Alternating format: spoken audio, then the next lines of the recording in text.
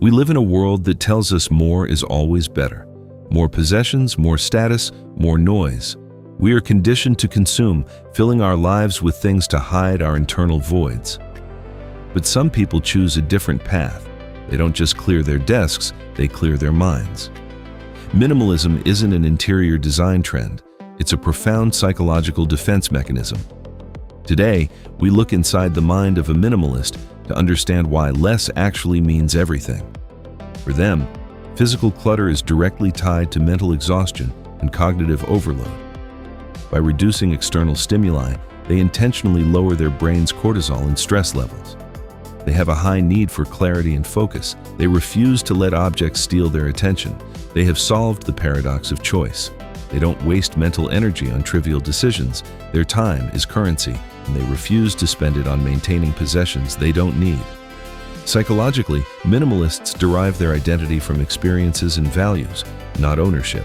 They are immune to the dopamine loops of modern consumerism. They value quality over quantity. If they own something, it must have deep utility or meaning. This mindset often stems from a desire for control in a world that feels inherently chaotic. Where others see a void and feel anxiety, a minimalist sees space and feels freedom. They understand that emotional baggage often mimics material attachment. Letting go of objects is how they practice letting go of the past and old identities. They live firmly in the present, unburdened by the physical ghosts of who they used to be.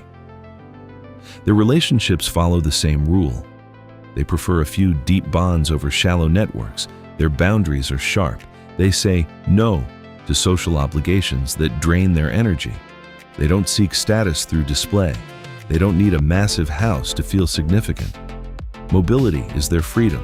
They can move, change, and pivot at a moment's notice. But how does one develop a minimalist psychological profile? It starts with acute self-awareness. You must know what truly brings you joy. It requires separating your self-worth from the things you accumulate. You realize that marketing is designed to make you feel incomplete, and you reject it. You break the chains of debt and the pressure to constantly upgrade your life. Silence becomes a luxury you cherish, not a discomfort you try to avoid. When you stop chasing more, you suddenly realize you already have enough. This shift releases an immense amount of mental energy and creative power. Your focus deepens.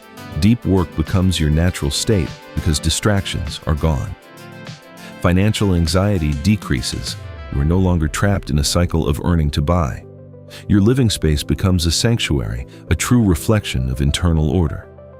You connect deeper with nature because nature never tries to sell you anything. You learn to appreciate the beauty of raw form, texture, and silence. You practice monotasking. When you eat, you eat. When you listen, you listen.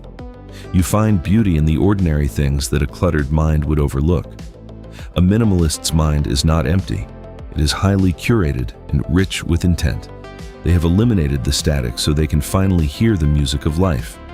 They don't hide behind luxury labels. Their confidence is quiet and unshakable. They are flexible. Because they don't cling to physical items, they don't cling to dogmas. Everything they do has a purpose. Waste is their ultimate psychological allergen. They protect their schedule just as fiercely as they protect their physical space. They navigate life with less friction, gliding through obstacles instead of crashing. They understand that happiness is an internal state, not an external acquisition. They have found equilibrium in an unstable, hyperactive society. They replace the anxiety of collecting with the joy of creating. Every new choice they make is deliberate, respectful, and deeply considered. They don't buy things to impress people they don't even like. They have detached themselves from the competitive comparisons of social status. This is not deprivation. It is the ultimate form of mental luxury. They share easily. They pass things along because they don't derive power from accumulation.